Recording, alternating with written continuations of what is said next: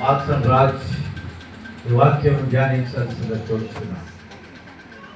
హల్లెలూయా. దేవునికి స్తోత్రం. సరే, మత్తయి సువార్త 27వ అధ్యాయము 46వ వచనం సార్ వివరణ. ఇంచుమించు యేసు ఏలి ఏలి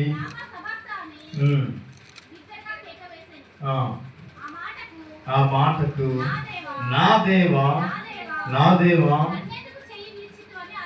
Yes Lord. Hallelujah. Praise the Lord. నా దేవా నా దేవా నా చేయి ఎందుకు విడిచి అన్న మాటకు మనం అర్థం ఇప్పుడు చెప్తాను. హల్లెలూయా. ఏ రోజు నీ కుమారుడే కావచ్చు, నీ కుమార్తె కావచ్చు, నీ బిడ్డలు ఒక్కసారి కింద పడడానికి వాళ్ళు నీ చేయి పెట్టడానికి ఎలా బాధపడతావు? హల్లెలూయా. అర్థమవుతుందా నా మాట? హల్లెలూయా. నీ కుమారుడే కావచ్చు, నీ కుమార్తె కావచ్చు, ఒకవేళ కింద పడితే నీవు ఎంత బాధపడతావు ఒకసారి? అరే యేసుక్రీస్తు, హల్లెలూయా, యేసుక్రీస్తు కల్వరిగిరిలో ఏం చేస్తాను నేను? ఏం పెట్టింది?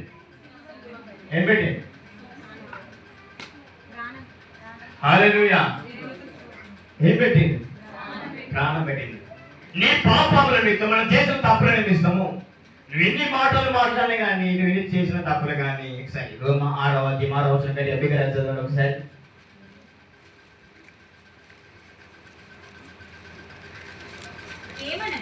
ఏమనగా మనమికను పాపములకు దాసులము కాకుండా పాప శరీరము నిరాటకమగునట్లు మన ప్రాచీన స్వభావమును ఆయనతో కూడా సిలువ వేయబడి. ఎక్కడ వేయబడ్డది మన సిలువ?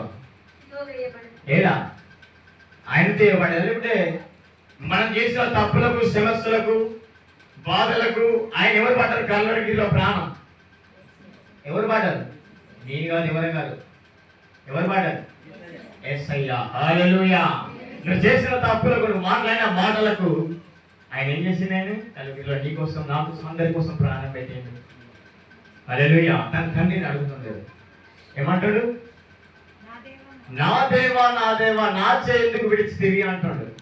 నీ కుమారుడే కోసం, నీ కుమార్తెకి ఒకసారి పండిన ఎంత బాధపడుతుందో నీకు తెలవాలి. హల్లెలూయా. దేవునికి స్తోత్రం. నీ కుమారుడు ఎంత దుఃఖశీలతావో, కానీ యేసుక్రీస్తు దుఃఖశీలతాడు, కన్నీరు కాస్తాడు. ఎవరి కోసం? ఈ ప్రజల కోసం. హల్లెలూయా. దేవునికి స్తోత్రం. ఒకసారి కీర్తనల గ్రంథము 22వ అధ్యాయం 1వ వచనం వీడు. నా దేవా నా దేవా నన్ను రక్షింపక, నా అర్థధ్వని వినక నీవేనా దూరముగా ఉన్నావు. yes lord. చల్. నా దేవా పగలు నేను మెరుపెట్టుచున్నాను, రాత్రి వేళ నేను మౌనముగా నుండలేదు. yes lord. అయినను నీవు నాకు ఉత్తరమియ్యకున్నావు. ఒక నిమిషం. నా దేవా నా దేవా అని కదా మనము అంశం ఉన్నది కదా, ఈ వాక్య ధ్యానం ఉన్నది కదా. నా దేవా అన్నందుకు ఒక అర్థం ఉంది ఇక్కడ. ఏంటంటే దేవుడు కన్నీరై మున్నీరై నేను ఆదరిస్తానంట. తన తండ్రి గురించి ఎలా ఆలోచిస్తాడో, నీ పిల్లల గురించి నువ్వు ఎలా ఆలోచిస్తావో, దేవుడు ఎవరి గురించి ఆలోచిస్తాను? హల్లెలూయా. దేవుడికి స్తోత్రం. నీ గురించి ఆలోచన, నా గురించి అవసరం లేదు దేవుడికి. నేను చేసే పాపాలు చేస్తా, చేసే తప్పులు చేస్తా అంటే ఎవరికి అనే లెక్క ఉండే ఉంటే. హల్లెలూయా. దేవుడికి స్తోత్రం. హల్లెలూయా. దేవుని వాక్యం సారంగా మనం ఎదుగుటకు సాయం చేస్తారు. లూకా సువార్త 23వ అధ్యాయం 46వ వచనం. అప్పుడు యేసు గొప్ప శబ్దంతో తండ్రి ఏమప్ప చెప్తాను? yes lord. ప్రాణము విడిచాను. ఎవరు విడిచిన ప్రాణము? యేసుక్రీస్తు విడిచాను.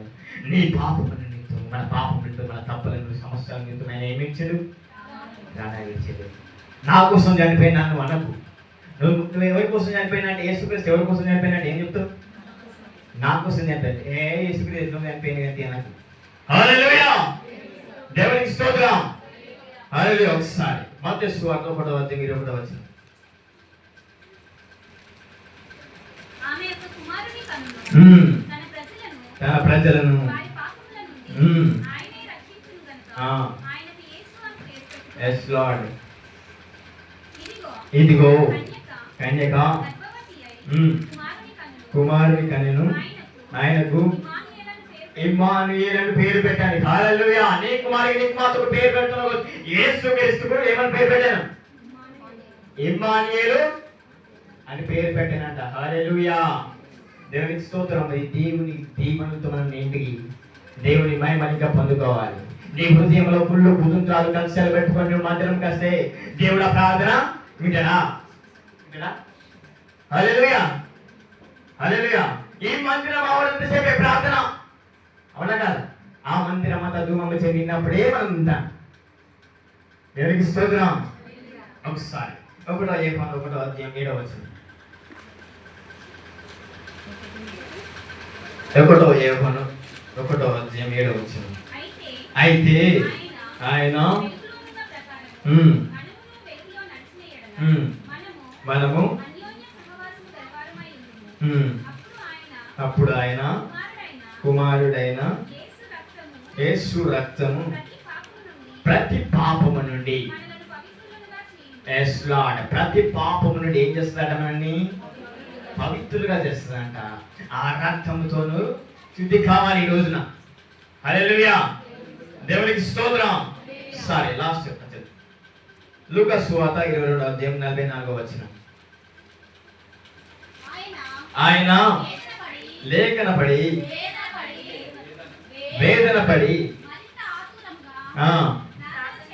ప్రార్థన చేయగా ఆయన చెమట హల్లెలూయా. దేవునికి స్తోత్రం. ఈ రోజున మనం చేస్తున్న పనిలో ఆయన రక్తం ఏమైందంట? ఏమైంది? ఇక్కడే చెప్పండి. yes lord hallelujah.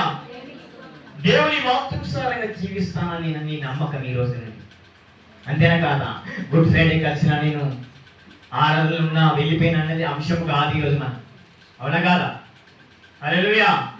అంటే ఈరోజు ఈ మందిరంలో నేను వాడబడుతున్న ఒక వాక్యం ద్వారా ఒకసారి యెషయా గ్రంథము 59:3వ వచనం చదువుదాం ఒకసారి.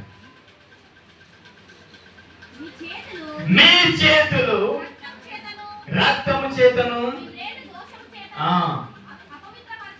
yes lord మీ పెదవులు మీ నాలుక నీతి బట్టి ఎవడును yes lord yes lord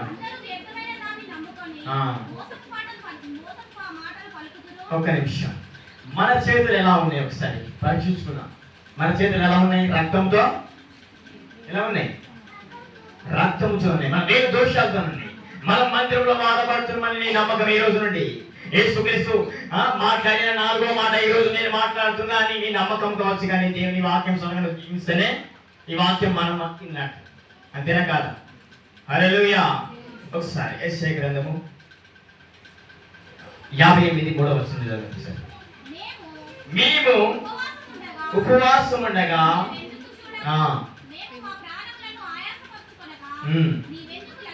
yes lord మీ ఉపవాస దినమున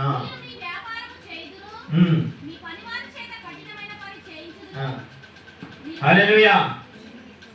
ఈ వాక్య ధ్యానంలో మనం ఇంకా ఎదుగుటకు సాయం చేయాలని, ఇంక ఎదగాలని ఈ కొద్ది మాటలు ముగిస్తున్నాను. హల్లెలూయా. చిన్న ప్రార్థన చేసుకున్నాం. మహాగణుడా, పరిశుద్ధుడా, నిత్యుడగు తండ్రి, సమాధానకర్త, ఏ దినవేక్షణము ఈ ధ్యానంలో నేను సాయం ప్రార్థిస్తున్నాం తండ్రి. చెట్ల పేరు బ్రతుకు పేరు కాచి కాపాడేస్తుంది ప్రార్థిస్తున్నాం పరమ తండ్రి. ఆమేన్. హల్లెలూయా. హల్లెలూయా. దేవునికి స్తోత్రం.